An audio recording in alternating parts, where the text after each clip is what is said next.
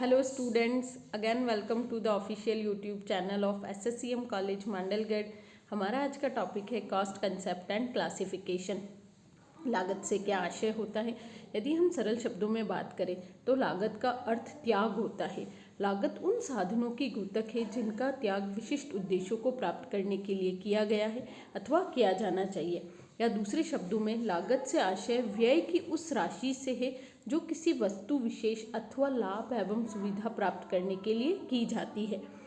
सामान्य शब्दों में हम लागत से क्या आशय देखते हैं कि किसी भी वस्तु का निर्माण करने के लिए जो वास्तविक व्यय किए जाते हैं वह क्या कहलाते हैं, लागत कहलाते हैं। लेकिन अर्थशास्त्र में लागत शब्द का आशय विभिन्न संदर्भों में अलग अलग लगाया जाता है। अर्थशास्त्र में मेनली लागत को 3 भागों में बांटा गया है। आपके मौद्रिक लागत, वास्तविक लागत या जिसे सामाजिक लागत कहा जाता है, और थर्ड है अवसर लागत, और एक अन्य दृष्टिकोण भी है व्यवसायिक दृष्टिकोण।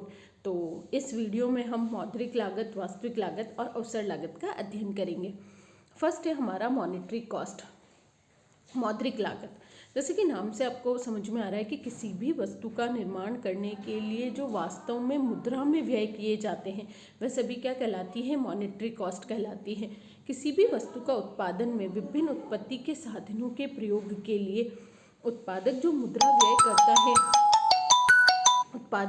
व्यय करता है उसे उत्पादन का मौद्रिक एवं आर्थिक लागत कहते हैं। उदाहरणतः इसके अंदर क्या क्या इंक्लूड होती है, जैसे श्रमिक को दी जाने वाली मजदूरी, कच्चे माल का भुगतान, बिजली, परिवहन, विज्ञापन आदि पर किया गया व्यय। लेकिन अर्थशास्त्र में इस मौद्रिक लागत को अपूर्ण माना गया, यानी अर्थशास्त्र में मौद्रिक लागत के भी 3 पार्ट है। अर्थशास्त्र के अंतर्गत मौद्रिक लागत में निम्नलिखित मदों को सम्मिलित किया जाता है।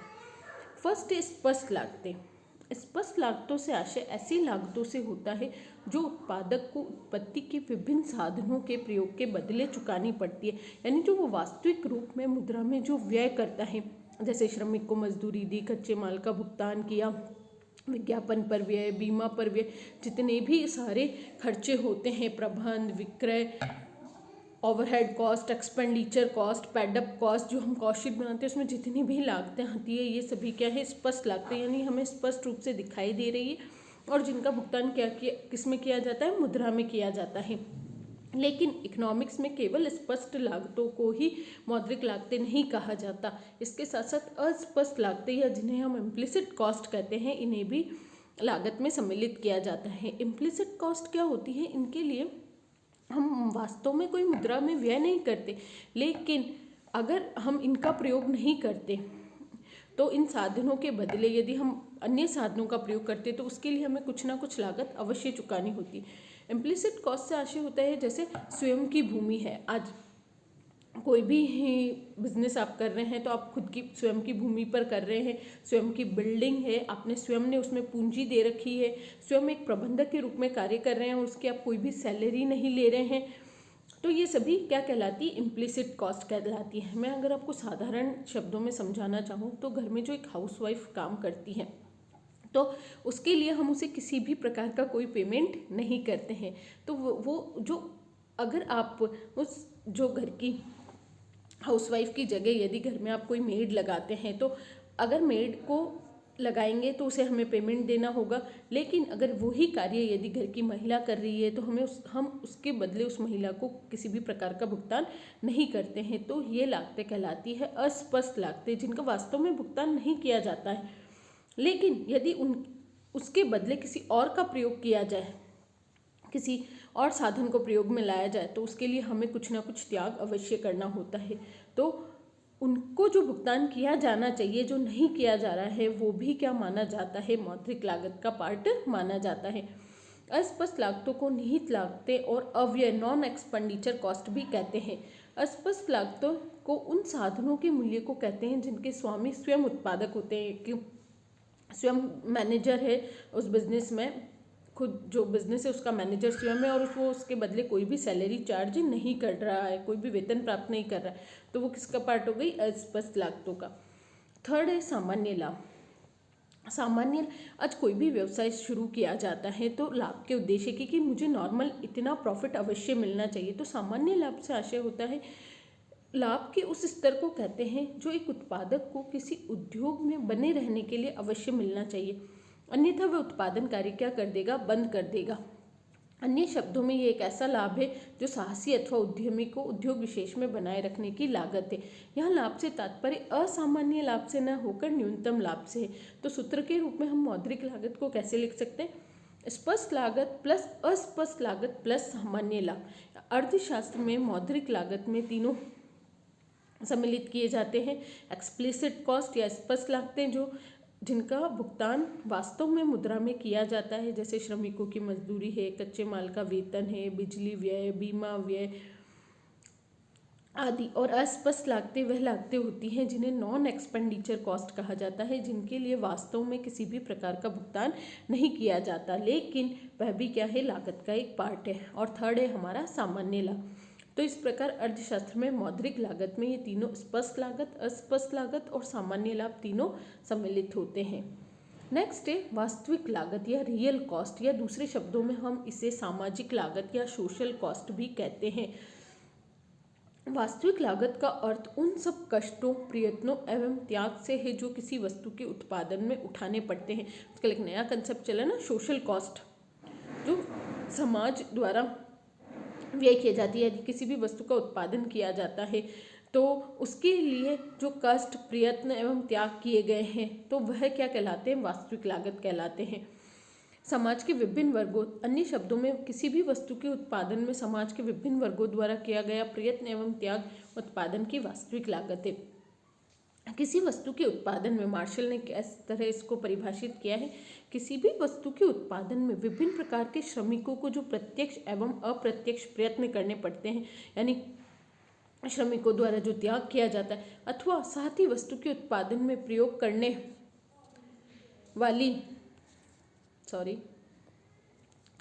वापस देखते हैं। मार्शल के अनुसार किसी वस्तु के उत्पादन में विभिन्न प्रकार के श्रमिकों को जो प्रत्यक्ष एवं अप्रत्यक्ष प्रयत्न करने पड़ते हैं, अथवा साथ ही वस्तु के उत्पादन में प्रयोग की जाने वाली पूंजी को संचित करने में जो संयम अथवा प्रतीक्षा करनी पड़ती है, ये सब प्रयत्न अथवा त्याग मिलकर क्या बनाते हैं, वास्तविक लागत बनाते हैं। कहने से तात्पर्य ये है कि ये भी वास्तविक लागत जो होती है, इसका भी हम वास्तव में मुद्रा के रूप में हम कोई भुगतान नहीं कर रहे हैं। हमारा ये प्रोडक्ट की कॉस्ट का वैसे पार्ट नहीं है, लेकिन सोशल कॉस्ट है जो समाज के विभिन्न वर्गों द्वारा उस वस्तु का निर्माण करने में त्याग किया गया है, और जो उत्पादक द्वारा जो उसमें पूंजी निवेश की गई है, उस पूंजी को बचत करने में उसने अपनी जो ज़रूरतों का त्याग किया है, जो मेहनत की, तो ये सब मिलकर क्या, ये सब प्रयत्न मिलकर क्या बनाते हैं, वास्तविक लागत कहलाती है।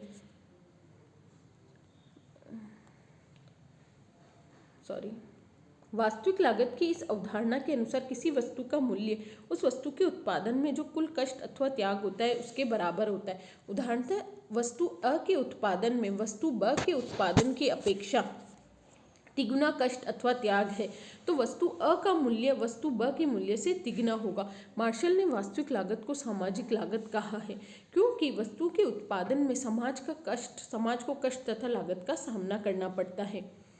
वास्तविक लागत की आलोचना हुई है कि वास्तविक लागत का तथ्य भले ही देश एवं समाज की दृष्टि से महत्वपूर्ण, पर व्यवहारिक दृष्टि से इसका कोई भी महत्व नहीं।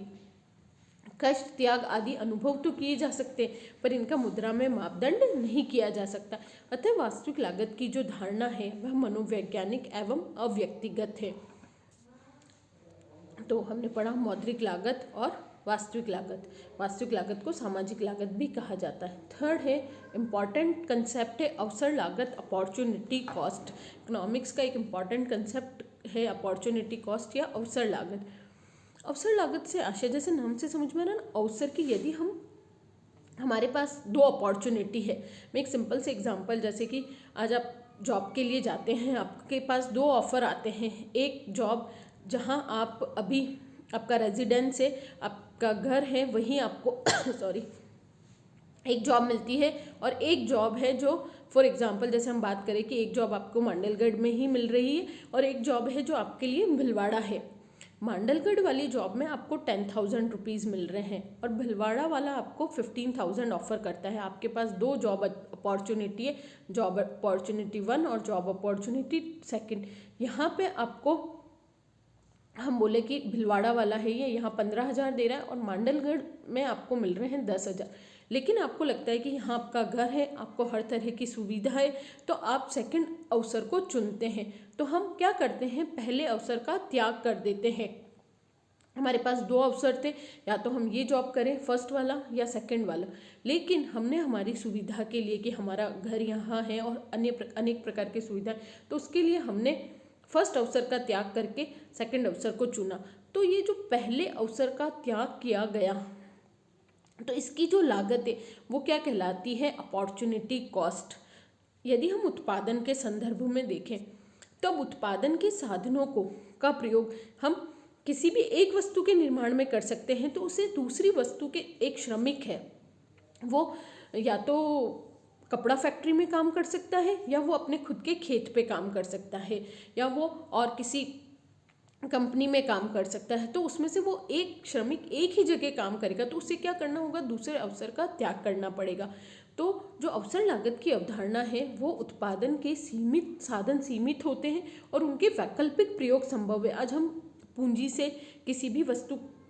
को किसी भी वस्तु के निर्माण में लगा सकते हैं। श्रमिक है जो अगर स्पेशलाइज नहीं है किसी भी एक फील्ड में, तो श्रमिक का उपयोग भी हम किसी भी कार्य में कर सकते हैं।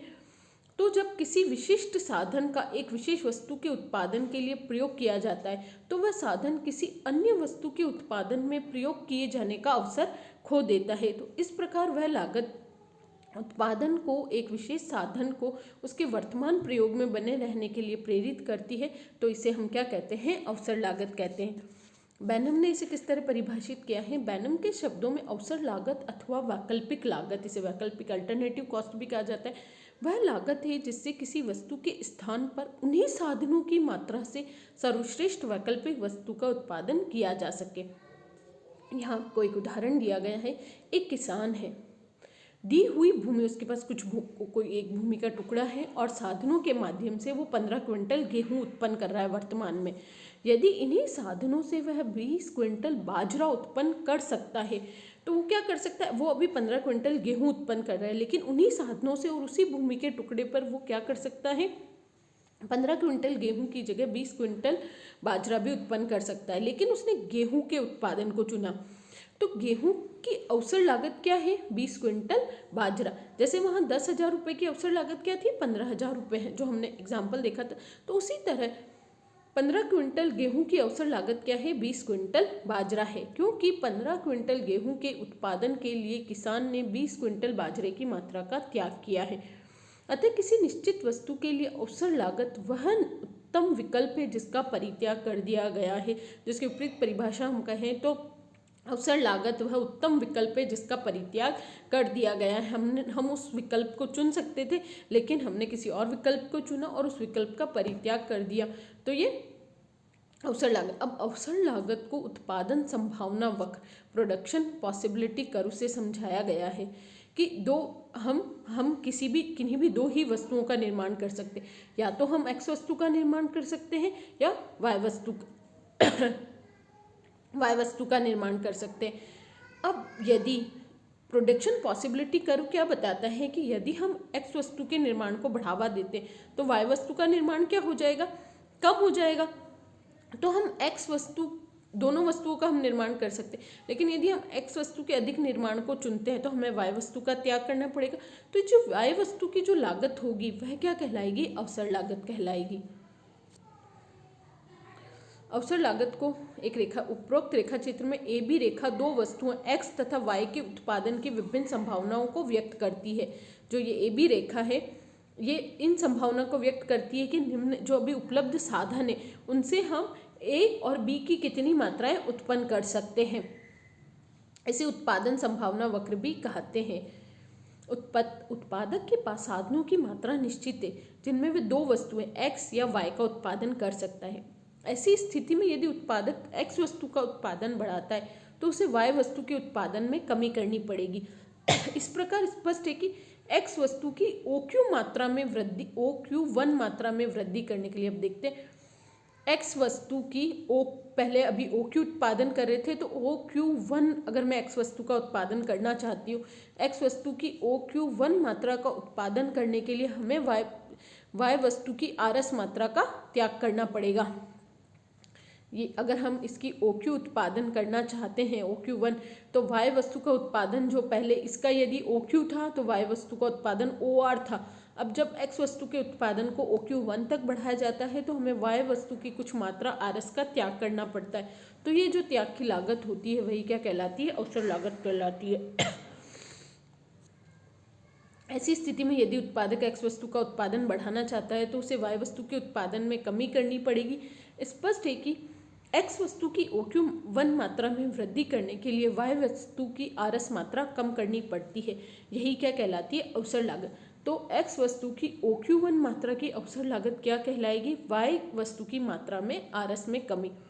अतः अवसर लागत को अब वैकल्पिक लागत या हस्तांतरण आय भी कहते हैं। हम इसे ट्रांसफर इनकम भी कहते हैं कि यदि हम इसमें नहीं रहकर किसी और ऑप्शन को चुनते, ट्रांसफर लेते, तो वहाँ हमारी आय क्या होती?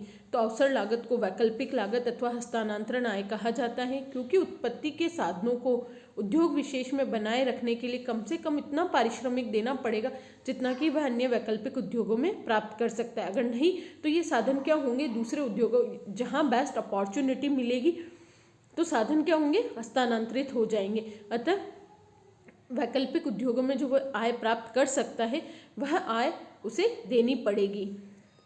अवसर लागत की कुछ मान्यताएं एवं विशेषताएं हैं। अवसर लागत को मौद्रिक लागत या आय के रूप में व्यक्त किया जा सकता है।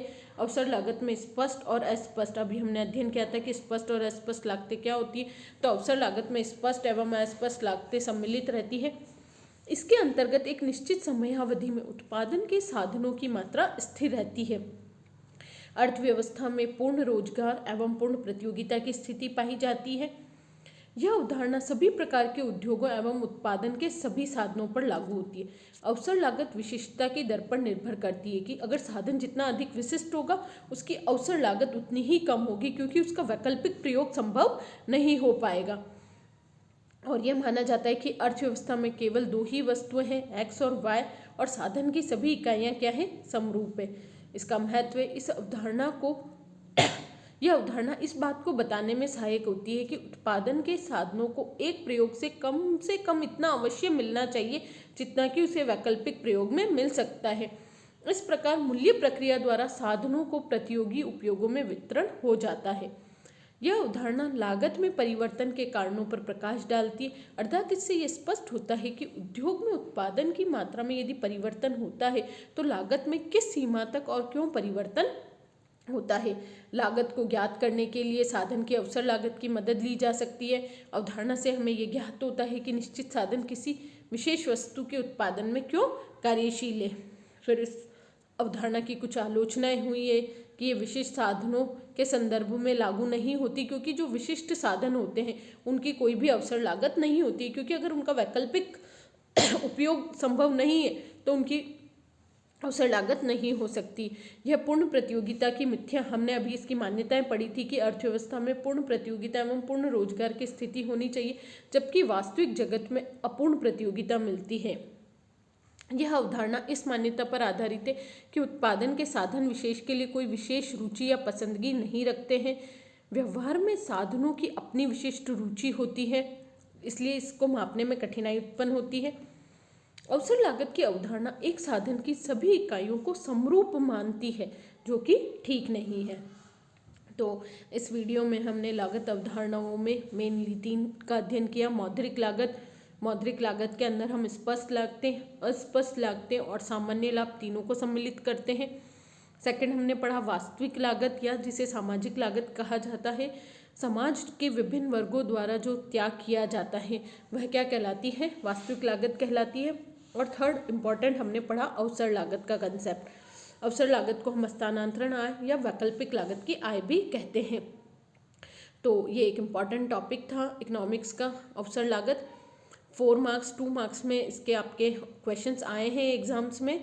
तो इस वीडियो से रिलेटेड यदि आपकी कोई भी क्वेरी है तो आप मुझे व्हाट्सएप ग्रुप या यूट्यूब कमेंट बॉक्स में पूछ सकते हैं। Stay home, stay safe. Thank you.